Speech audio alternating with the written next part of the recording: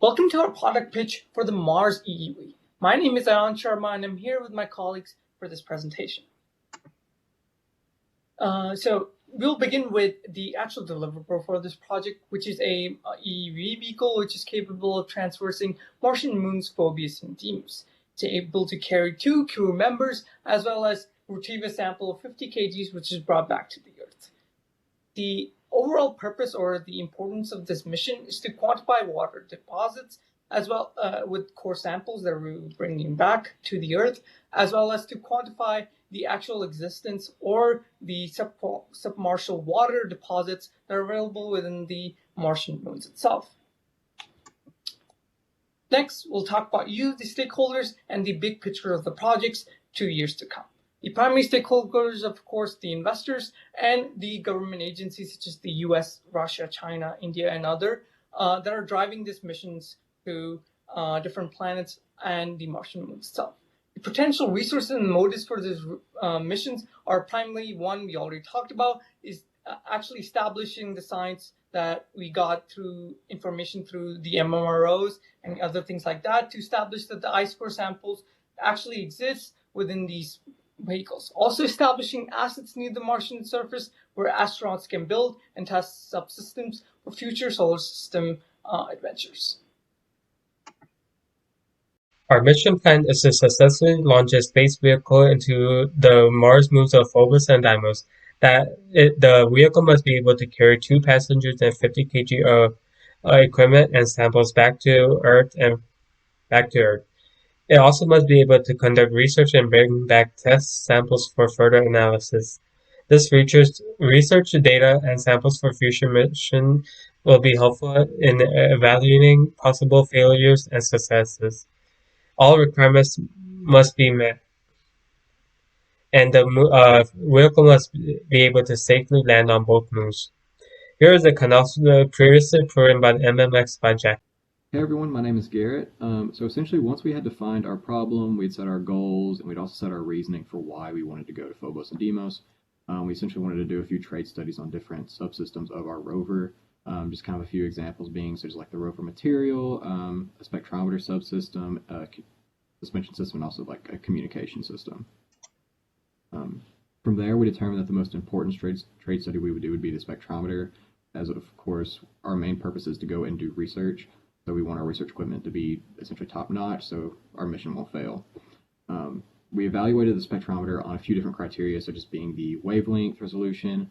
That way we could like study the absorption, hydrous minerals in the different samples, the signal-to-noise ratio, reliability, so that way our system doesn't fail too often, the amount of power that the spectrometer uses, and also the portability, as of course with more weight it becomes more costly to actually send the rocket into space.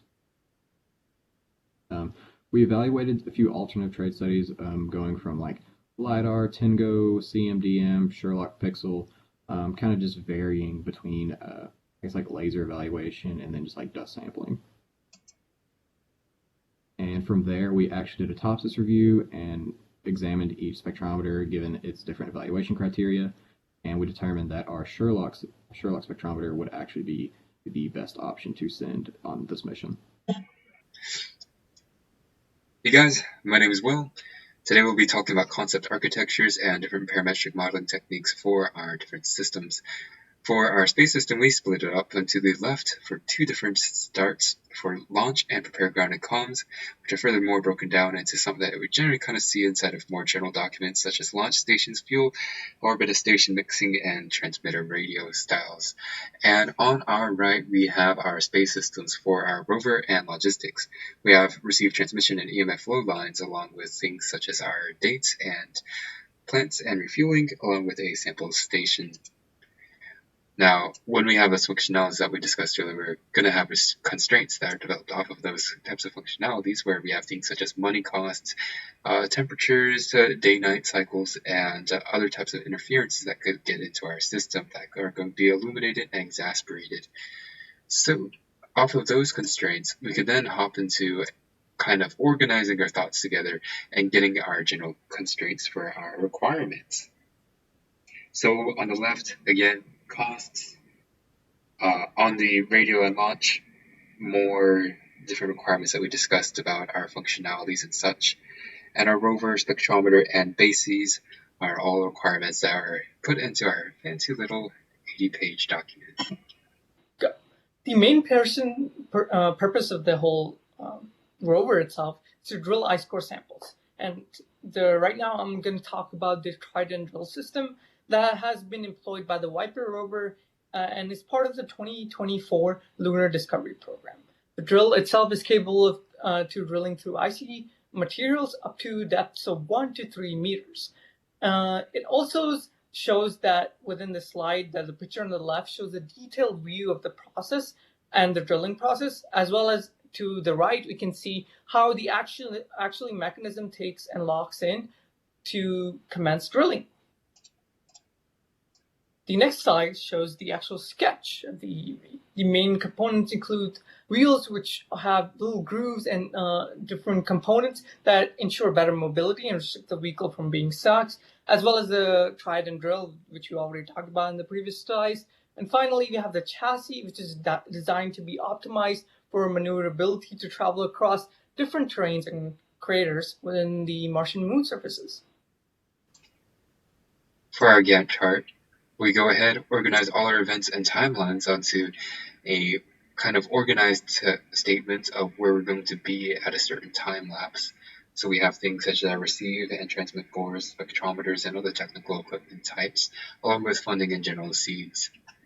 From there, while we're on the ground and do all of this while we're actually building the rocket, we then move on to our space systems, which look like so on our timeline.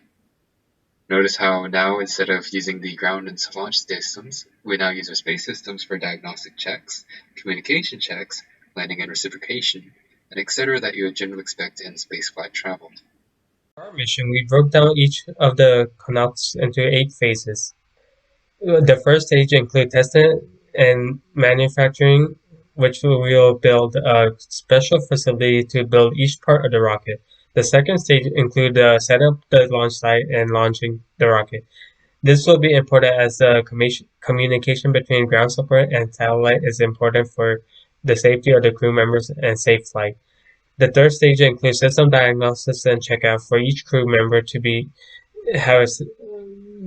for the ground members to be able to monitor the health of the rocket and the crew members every 24 hours. The fourth stage includes landing on the Mars moons.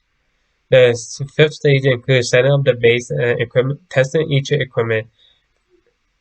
The sixth stage includes gathering samples and studying the samples. The seventh stage includes preparing the samples for launch and launch preparation. The final stage includes re-entry of the rocket into the Earth's atmosphere. This is important to have good communication between the ground team and the rocket by using the satellite.